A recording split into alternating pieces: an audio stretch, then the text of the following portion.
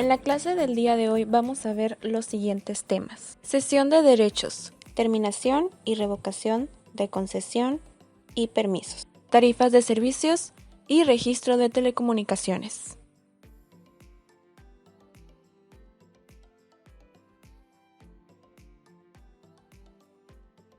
Primer tema, cesión de derechos. ¿Qué es una cesión de derechos? Podemos entender por cesión de derechos a cuando una persona cede sus derechos a otra persona mediante un contrato. La persona que cede se le llama sujeto acreedor y la persona que recibe esos derechos se le llama cesionario. Existen muchos tipos de cesiones de derecho, como los financieros, de autor, herencia, etc.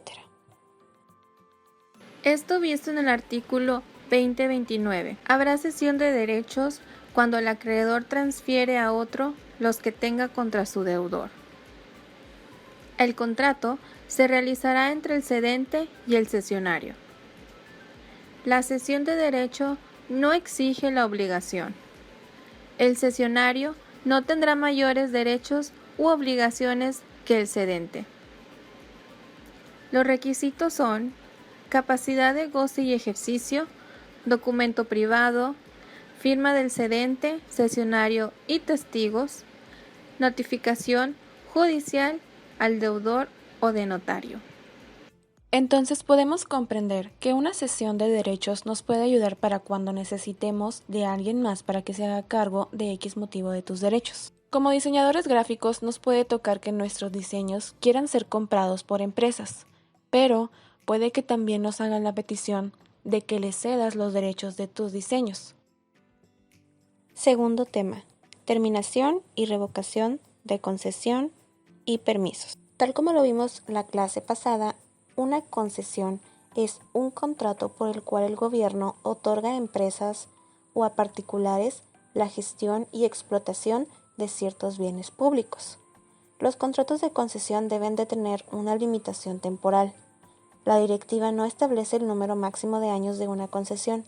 En las concesiones de más de 5 años, la duración no puede superar el tiempo que se considere razonable para que el concesionario recupere las inversiones realizadas. Existen varios motivos para que haya la terminación de una concesión. En el artículo 50 nos menciona que el permiso, licencia o concesión de los servicios públicos se extingue por cualquiera de las causas siguientes. Primero, cancelación. Un ejemplo podría ser que el servicio no cumplió con los requisitos estipulados o que hubo alguna suspensión. Segundo, por cumplimiento del plazo estipulado. Tal como lo dice, es cuando el servicio o trabajo cumplió con el plazo, o sea, es el tiempo estipulado que hubo en el contrato de la concesión. Tercero, por consentimiento expreso de ambas partes. Aquí hace referencia a que tanto el gobierno como la empresa, trabajo o servicio, llegaron a este acuerdo por consentimiento de ambos. Cuarto, por causas de utilidad o interés público, mediante indemnización, cuyo monto será fijado a juicio de peritos. Aquí nos hace referencia, por ejemplo, a falta de ganancias para la empresa o del simple interés del público. Revocación de una concesión. Se entiende por revocación a dejar sin efecto o valor una concesión, un mandato o una resolución. En el artículo 60 sabemos que para los efectos de esta ley, la revocación es la cancelación total o parcial de los derechos derivados del permiso, licencia o concesión. Son causas de revocación, además de las previstas en el artículo 51 de esta ley. Primero, el incumplimiento de las condiciones y modalidades en la prestación del servicio concesionado y la violación reiterada a las tarifas. Segundo, el incumplimiento a las obligaciones fiscales. Tercero, la falta de renovación oportuna del equipo e instalación conforme a los plazos establecidos en la concesión o por determinación del Comité Técnico de Licitación y Otorgamiento de Permisos, Licencias y Concesiones. Cuarto, la obtención de permiso, licencia o concesión en violación a la presente ley. Como podemos ver, una de las mayores causas es cuando un negocio o una persona no cumple las normas y condiciones que se implementaron dentro de un contrato. A esto se le aplicaría una revocación de una concesión.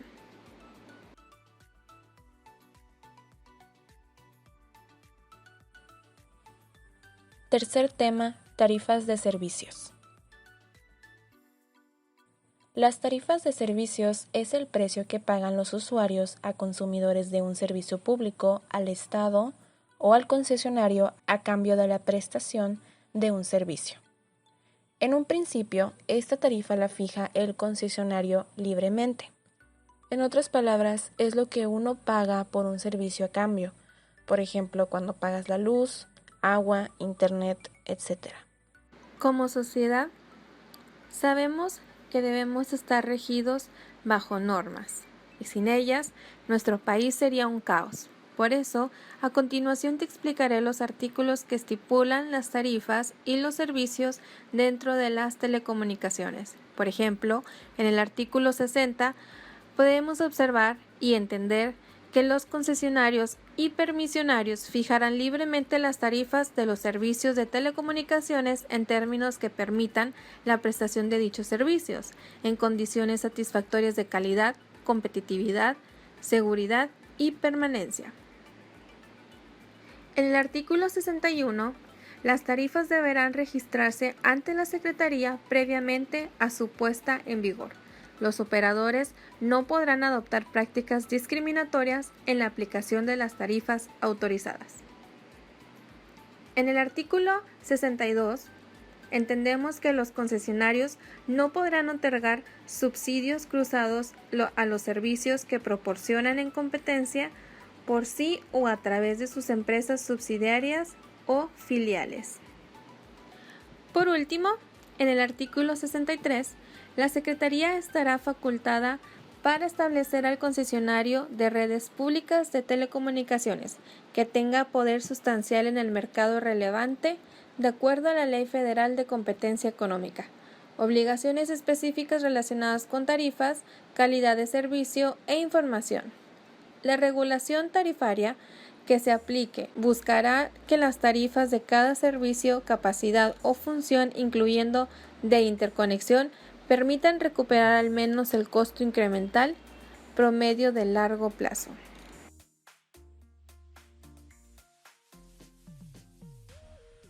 Cuarto tema, registro de telecomunicaciones. ¿Qué es un registro de telecomunicaciones? El Instituto Federal de Telecomunicaciones es un órgano autónomo. Su objetivo primordial es el desarrollo eficiente de la radiodifusión y las telecomunicaciones en México con apego a lo establecido en la Constitución. Para lograrlo, deberá regular, promover y supervisar el uso, aprovechamiento y explotación de el espectro radioeléctrico, las redes y la prestación de los servicios públicos de la radiodifusión y telecomunicaciones. Asimismo, es responsable de garantizar el acceso equitativo a infraestructura y otros insumos esenciales para las tecnologías de la información y comunicación, así como los servicios de radiodifusión y telecomunicaciones, incluidos banda ancha e Internet. En pocas palabras, podemos entender que el Instituto Federal de Telecomunicaciones tiene una fuerte responsabilidad de que en México las telecomunicaciones cumplan con lo establecido para el público que lo solicita. Ahora bien, ¿cómo se lleva a cabo el registro? Según el artículo 64, la Secretaría llevará el registro de telecomunicaciones en el que se inscribirán, primero, los títulos de concesión, los permisos y las asignaciones otorgadas, y en su caso, las modificaciones autorizadas a los mismos. Segundo, los servicios de valor agregado. Un valor agregado es una característica o servicio extra que se le da a un producto o servicio. Por ejemplo, tenemos Telmex. Telmex nos da el servicio de telefonía, pero también ofrece el servicio de internet, Claro Video, por mencionar algunos. Tercero, los gravámenes, impuestos a las concesiones y permisos. Cuarto, la cesión de derechos y obligaciones a que se refiere esta ley. Quinto, las bandas de frecuencia otorgadas en las distintas zonas del país. Sexto, los convenios de interconexión con otras redes. Séptimo, las tarifas al público de los servicios de telecomunicaciones. Octavo, los contratos de adhesión celebrados por los suscriptores, así como los códigos de prácticas comerciales. Noveno, cualquier otro documento relativo a las operaciones de los concesionarios o permisionarios cuando los reglamentos de esta ley exijan dicha formalidad. Básicamente, son los mismos asuntos que se tendrán que inscribir en el registro de telecomunicaciones, agregando el proyecto también a los contratos de adhesión celebrados con los suscriptores y los códigos de prácticas comerciales. Hasta aquí los temas de esta clase. Pudimos ver y comprender cómo funcionan este tipo de leyes, cómo utilizarlas cuando las necesitemos, y ejemplos para relacionarlos con la realidad. Como sociedad tenemos el derecho de conocer nuestras normas y saber cómo se ejercen.